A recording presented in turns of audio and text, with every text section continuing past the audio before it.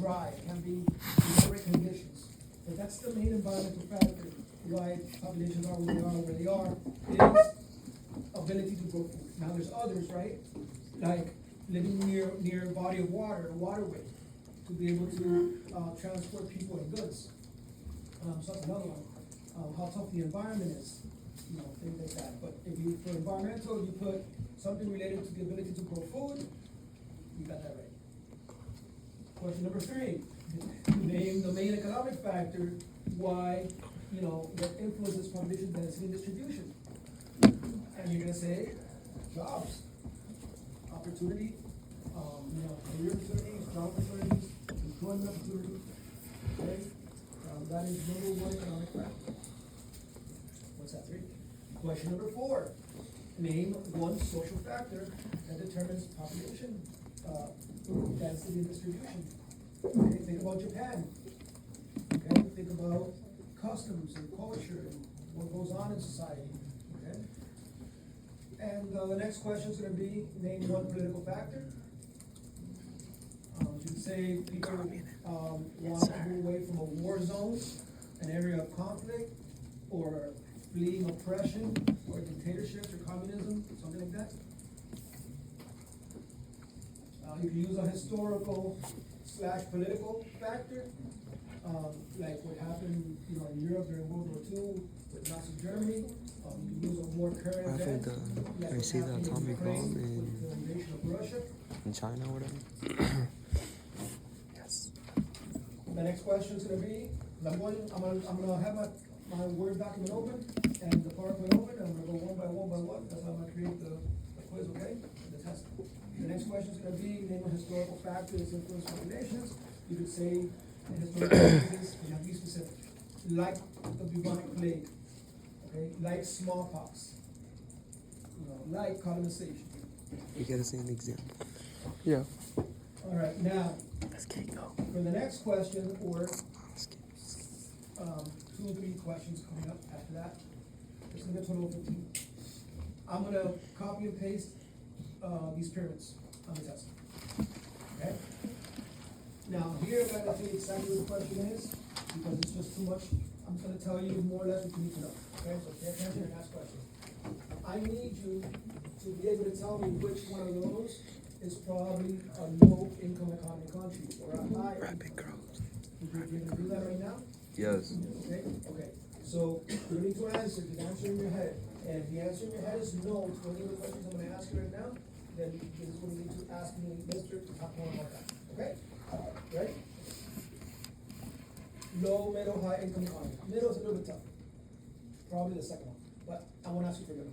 You're gonna tell me which is probably a low, which is probably a high income economy country, yes? Which one probably has low education? That one right there. And you're gonna tell me which one? Okay, which one probably has little to no healthcare or bad healthcare? Rapid. Yes, you gonna tell me that one? Okay. Now, here's a different question. How would you be able to tell me which one has bad healthcare?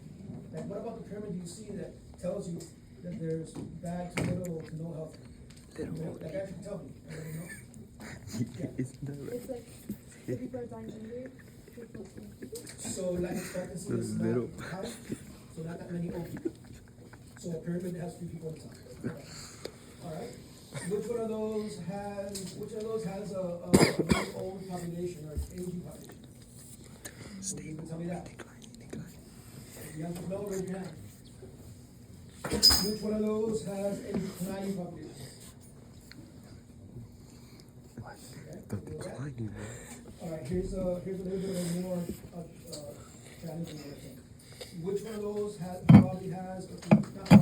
which one of those has a high infant mortality rate?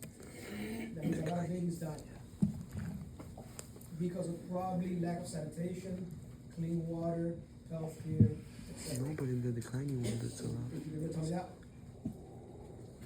no, raise your hand. Raise your hand. Anyone else? Yeah. Okay, Oh, so the first nice one, one. right?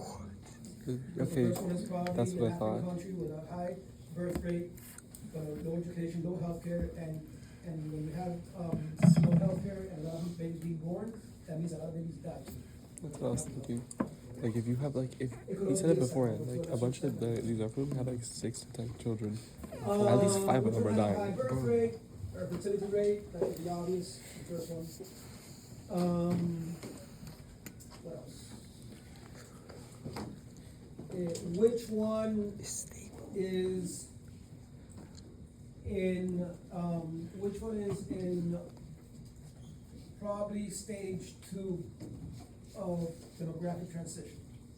Which one's in the final stage of demographic transition?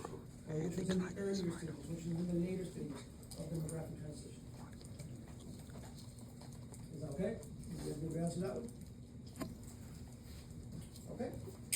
Which is probably an African nation, which is probably a European nation. You guys doing those? Alright, I think you guys are really good doing that. Alright, what else? Know what demographic transition is? I may ask you to define demographic transition. Maybe not, I don't know.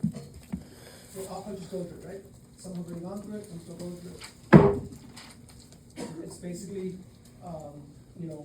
stage 1, countries have a low population rate, high death rate, high birth rate, which cancel each other out, and the population is kind of low.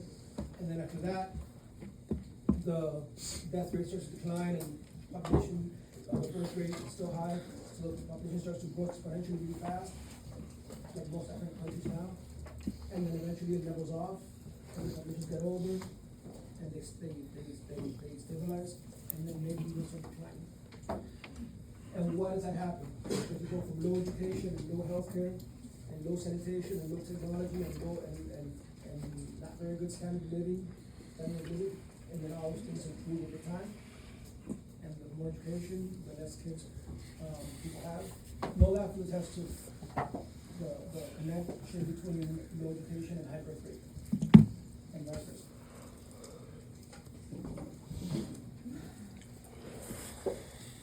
Okay, you need to know what the dependency ratio is and what it means to have a high dependency ratio compared to a lower one. So I can tell you on the quiz, I'll probably ask you something like, in the year 2000, country X had a dependency ratio of 50, and in 2025, the country now has a dependency ratio of 90 in 2000, and in 2025, it dropped to 50. What could have led to that? And you had a past exam question of that already. So what could have led to that? Well, the young people grew up, and now they're part of the working force, so they're no longer dependent. Older people aged out and passed away, or the government raised retirement age. Things like that.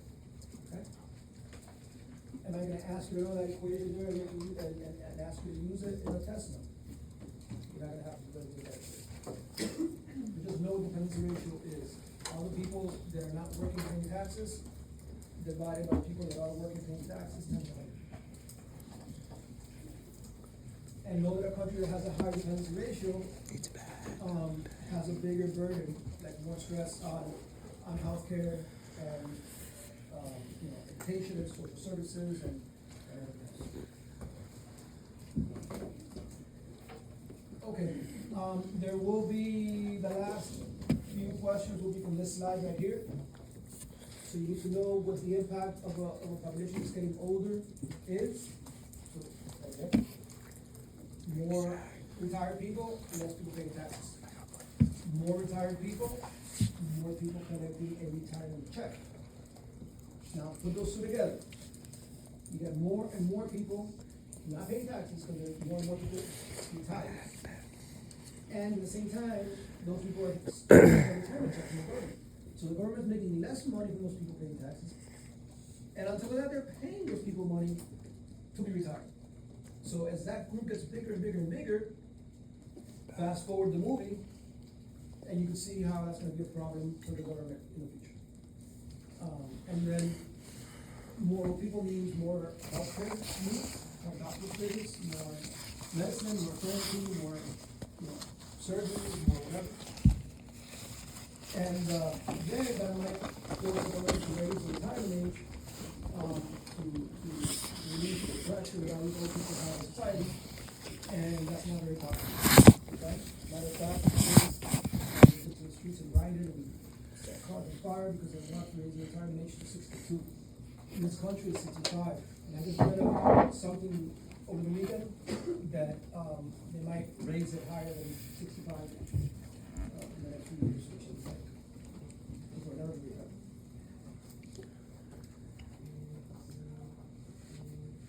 Okay.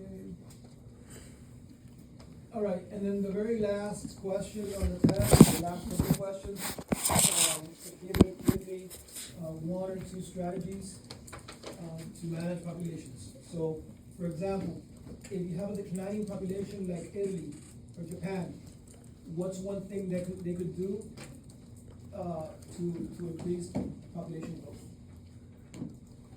Would you be able to tell me that? Go ahead, anybody? If your population is declining, what's something you can do to fix that? Make it easier to do what? To migrate. Or give incentives to do what? Have more kids, right? And what would those incentives look like? It could be a monthly check for the government for $500 or $1,000. It could be like we have back to school tax-free days. It could be tax-free supplies, baby supplies like diapers and formula and whatever. Things like that. So know what pro-natalist and anti-natalist policies are, which is that pro-baby or anti-baby. So what about the other side? If you have a population that's growing too fast, rapid birth rate, fertility rate, like these African countries, how do we manage that? Provide better education, especially for women, healthcare, especially in the form of access to contraception and education on contraception. And that is your test. All right, any questions? So do you feel comfortable now? You know a little bit about the population demographics?